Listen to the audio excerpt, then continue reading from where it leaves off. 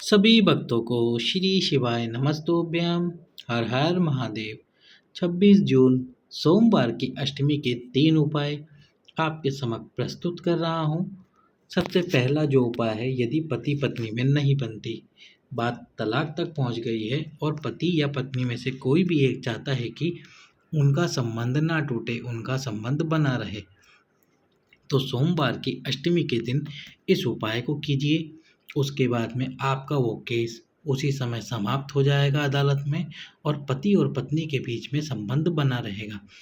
यदि दोनों में से कोई भी एक जना उपाय कर सकता है, अगर पत्नी चाहती है कि पति संबंध ना तोड़े तो पत्नी जाके कर सकती है, और पति चाहता है कि उसकी पत्नी से संबंध खत्म ना हो तो पत्नी कर सकती है। इस उपाय में आपको आपके घर वाले सदस्य की भी आवश्यकता होगी।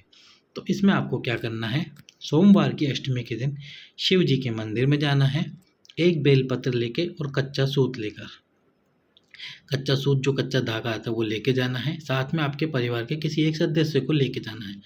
अब क्या करना है, शिवलिंग के सम्मुख में आपको जैसे माता पार्वती हाथ जोड़कर बैठी है वैसे ही हाथ जोड़कर बैठना है। और जब आप हाथ जोड़कर बैठेंगे तो दोनों हाथों के बीच में एक बेलपत्र जो आप लेके गए हैं अपने साथ, उस बेलपत्र को रख लीजिए। उसके बाद में जो परिवार का सदस्य आपका गया है उस सदस्य से बोलिए कि जो आपके ये दोनों हाथ हैं, जो दोनों हाथ जुड़े हुए इन दोनों हाथों पर वो कच्चा सूत लपेटे।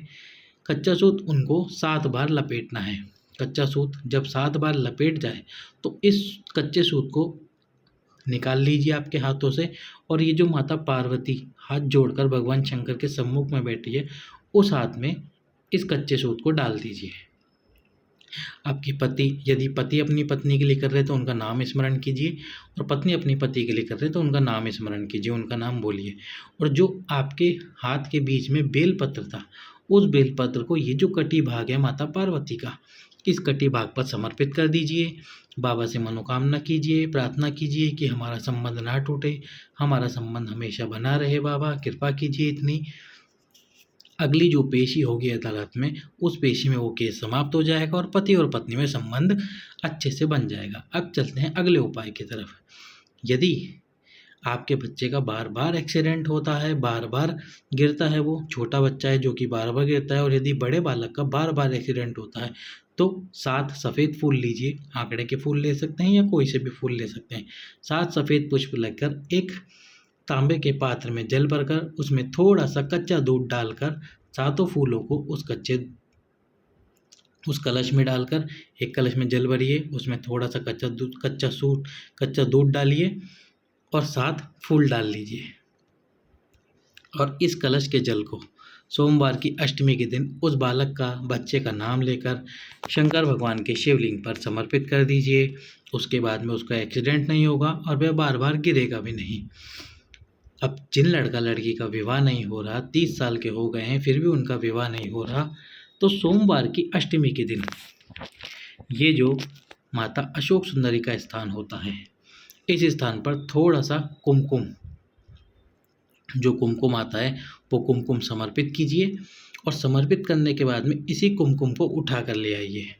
उठा के लाने के बाद में कुंवारी गाय का गोबर इस कुमकुम में मिला लीजिए। थोड़ा सा मिलाना है आपको, थोड़ा सा गोबर, यानी कि कुमकुम आपको ज़्यादा समर्पित करना पड़ेगा क्योंकि इसका एक स्वस्तिक का निर्माण भी करना है। तो जो कुमकुम आपने समर्पित किया है अशोक सुंदरी वाले स्थान पर, उस कुमकुम को उठाइए, उसमें कुंवारी गाय का गोबर मिलाइए। उसके बाद में उसका एक टीका, जो कुमकुम और गोबर का एक टीका जिस लड़का लड़की का विवाह नहीं हो रहा उनके मस्तक पर लगा दीजिए। और उसी गोबर और कुमकुम का एक स्वस्तिक जो आपका घर है उस घर के बाहर, यानी कि जो मेन डोर है, मेन डोर की बाहर की दीवार पर आप एक स्वस्तिक का निर्माण कर दीजिए। दोनों तरफ एक स्वस्तिक बना दीजिए। जिन लड़का लड़की का विवाह नहीं हो रहा, 3 महीने के अंदर अंदर उनका विवाह हो जाएगा। सभी भक्तों को श्री शिवाय नमस्तुभ्यं।